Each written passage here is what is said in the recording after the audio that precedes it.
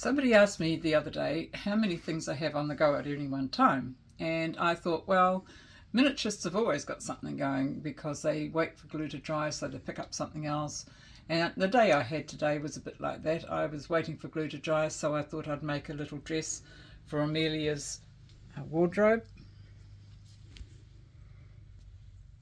Hang on. There we are. There's the front, and I did a lot of little French knots around the neck and down the front. A bit hard to see, but they're there. And the back was shaped. Not that people will see this on her, probably. It will be hanging up in her wardrobe. So that was one thing I was doing while I was waiting for glue to dry. And I also got a nice present from my sister, Barbara, and she made me a lovely little sign to go on the side of Edward's time machine. So that was a lovely surprise, and that made me realise that not only do I have a little family living in the house, but my family is contributing to the house as well, so there's a nice continuity there. Now the other thing that I did, of course, was I was working on the dome of the observatory, and that's time consuming, and this is where I have to wait for the glue to dry, so I'm always doing other things.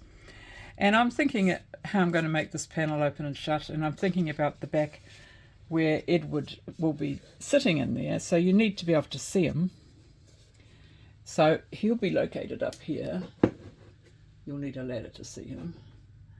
And so that's something going on in my head. And around here I'll need a guardrail, and I'll also need a ladder coming down here which won't interfere with the time machine and the way it turns around. So that all requires quite a bit of thought. The other thing that I finished doing was making this orrery, which I've always wanted to make, and it's too big to go anywhere really, but I thought it might go in the observatory. So I'm quite pleased with that. And then I called in to see a friend of mine who has this odd little shop in a nearby town.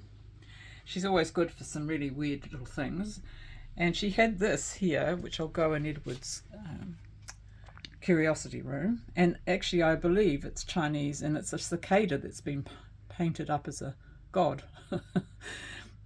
Talk about weird, yes. And a little junk. So I'll get both of these things in Edward's curiosity shop. And this is the beauty of that shop, because, well, not curiosity shop, but his room, because I can think of all sorts of weird little things I can put in there.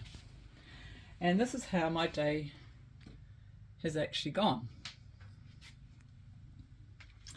And I would imagine that tomorrow will be pretty much exactly the same.